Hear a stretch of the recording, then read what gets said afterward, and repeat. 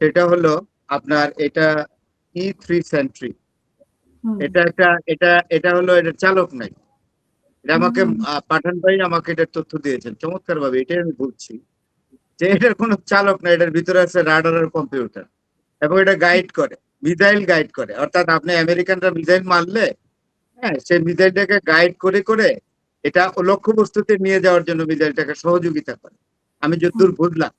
এবং এই প্লেনটা আপনার এটা দেখে কতটুকু, এটা আকাশে ওঠার পরে 1,20,000 কিলোমিটার এটা ওয়াচ করতে পারে। চিন্তা করেন, আমি এটা দেখলাম গুগল থেকে, 1,20,000 কিলোমিটার ওয়াচ করে। তার মানে কি, এটা সারা ওয়ার্ল্ড দেখে। তো সেই E3 সেন্ট্রি একটা এয়ারক্রাফট, সেটাকেই তো ইরান ডেস্ট্রয় করে দিল। তাহলে এইটা তো সুপার আপনার এয়ারক্রাফট, তাহলে সেইটাকেই যদি ধ্বংস করে দেয়, আমেরিকা কোন বিবেচনায় আবার যুদ্ধ চালিয়ে যেতে চায়, কন্টিনিউ করতে চায়? প্যারাট্রুপার, তো প্যারাট্রুপারের ব্যাপারটা আমাদের পাঠান ভাই খুব ভালো বলতে পারবেন। আমি যদি সাধারণ জ্ঞানে বুঝি যে হুম প্যারাট্রুপার তো নিচে নামতে হবে, ঝুলে ঝুলে নামতে হবে। তাহলে ঝুলে হুম যখন যখন ইরানের আকাশে প্যারাট্রুপার এসে ঝুলে ঝুলে ইরানের ভূখণ্ডে নামবে, তাইলে তখন কি IRGC বা যারা মেশিন গান ফাইটার আছে বা ওই কমান্ডো টাইপের যারা মহিলারাই তো আছে ইরানে অনেক, তারা বুকে মেশিন গান লাগিয়ে অনেক উপরে গুলি করতে পারে? তো তারা কি তখন বসে বসে লেবন চুষ চুষবে, লেভেন চুষ হুম চুষবে? তাহলে এই ধরনের কথাবার্তা গুলা তো আসলে কোনো হচ্ছে না, রিয়েলিটির সাথে যাচ্ছে না। এই কথাগুলো বলে আসলে ইরানকে একটা চাপ দেয়। তো ইরান তো এই ধরনের চাপে কাবু হওয়ার দেশ না। এটা তো আমেরিকার, এতদিনে আমেরিকার যারা ওয়ার স্ট্র্যাটেজিস্ট আছেন তাদের তো এটা বোঝা উচিত। তার 1 মাসের উপরে যুদ্ধ হয়ে গেল, 28 তারিখে শুরু হয়েছে ফেব্রুয়ারি, এখন দেখেন কতদিন যুদ্ধ, 1 মাস পার না, করছে। এখন দেখি নতুন নতুন এই যে প্যারাট্রুপার, তারপরে তারা অ্যামাজনের সাথে চুক্তি, ড্রোন চালকবিহীন ড্রোন, এগুলো আচ্ছা, দিয়ে আমি নতুন করে আপনাকে বলি, আজকে লেটেস্ট নিউজে আসছে 13,000 লক্ষ্যবস্তুতে আক্রমণ করেছে হ্যাঁ আমেরিকা, এখন ইরানের 13,000 লক্ষ্যবস্তুতে। এবং ডোনাল্ড ট্রাম্প একটা স্টেটমেন্টে বলেছে যে আরো আমরা 3,000 টার্গেটে করবো।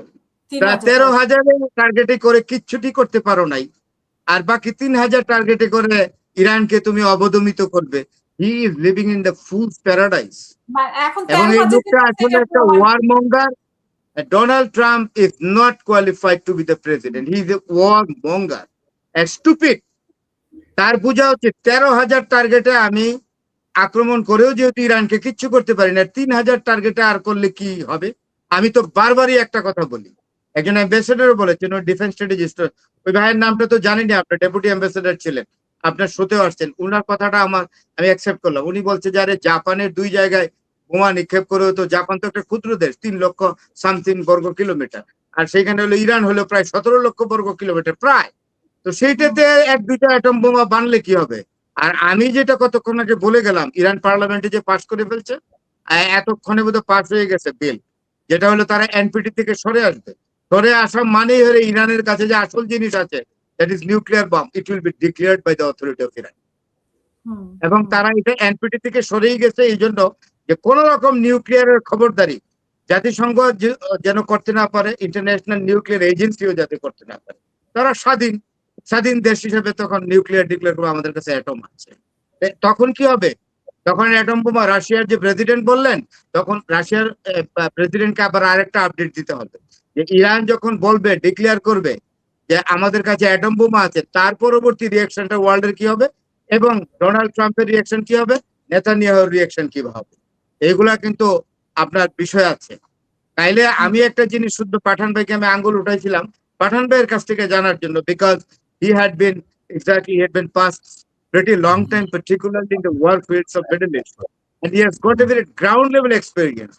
এখন পাঠান ভাই, আপনার কাছে আমার একটা বিনীত যে ভাবে জানতে চাচ্ছি যে আপনি একজন ডিফেন্স অ্যানালিস্ট এবং একজন রিসোর্স পার্সন হিসেবে এই ব্যাপারে, যখন প্যারা ট্রুপার গুলো ঝুলে ঝুলে নামতে থাকবে ইরানের মাটিতে, তখন তাদের নিরাপত্তা কতটুকু থাকবে আকাশে, এটা একটু জানতে চাই, আপনি একটু কাইন্ডলি বলেন। আমি এখনই যাব, আমার একজন গেস্ট আসবে, তাকে রিসিভ করবো গেট থেকে। জি, এটা আহ, একটু জানতে চাই আপনার কাছ থেকে।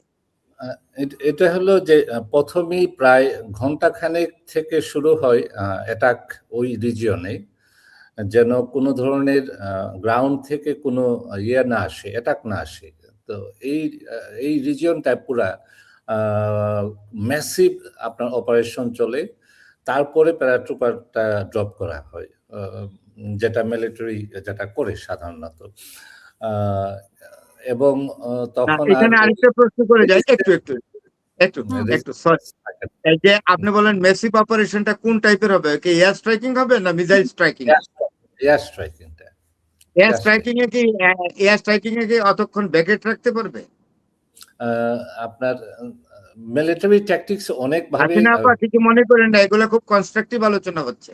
না না না, এয়ার আমি তো স্ট্রাইকিং agree করছি, কতক্ষণ এটা তো সময় জানার ধরে কথা। ব্যাকেট রাখতে পারবে? তারা হ্যাঁ। নিরাপদ ভাবে নামবে যে?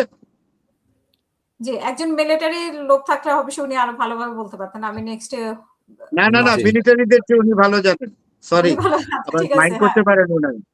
মানে এবং মিলিটারি যারা বা আমাদের বাংলাদেশের আছে, আমি ওনাদের প্রতি সর্বোচ্চ শ্রদ্ধা রেখে বলছি, ওনারা তো ওইসব ওয়ারফিল্ডে ছিলেন না। পাঠান ভাই ছিলেন 3টা যুদ্ধ, ইরাক যুদ্ধে, লিবিয়ান যুদ্ধে এবং আফগান যুদ্ধে, এবং আফ্রিকার কান্ট্রিতেও ছিলেন। He has got a very very practical experience.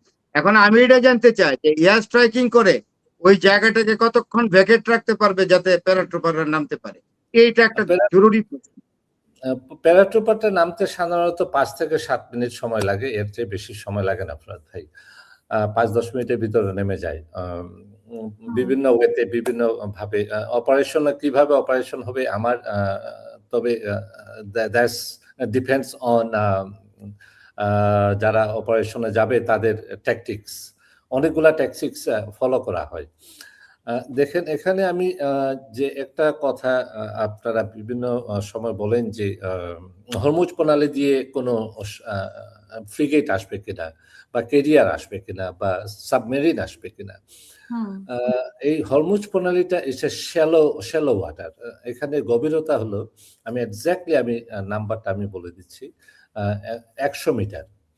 100 metre গভীরে এই কনভেনশনাল যে সাবমেরিনগুলা, যে 100 মিটার লম্বা যে সাবমেরিনগুলা, সেগুলো আসতে পারে না, তাদের একটা ডেপথের প্রয়োজন পড়ে। তো সেই ডেপথ ওই রিজিয়নটাতে নেই। এই জন্যই আপনার ইরান করেছে কি, ওই 100 মিটারের যে সাবমেরিন, সেই সাবমেরিন না তৈরি করে তারা তৈরি করেছে যে 15 মিটারের সাবমেরিন।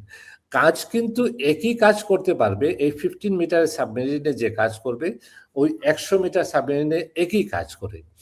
যার ফলে এই তাদের যে শ্যালো ওয়াটারকে সিকিউর করার জন্য এবং সিকিউর রাখার জন্য এবং ফাইট করার জন্য এই আপনার সাবমেরিন তৈরি করেছে ইরান, 15 মিটারের সাবমেরিন। আবার আরেকটা জিনিস হলো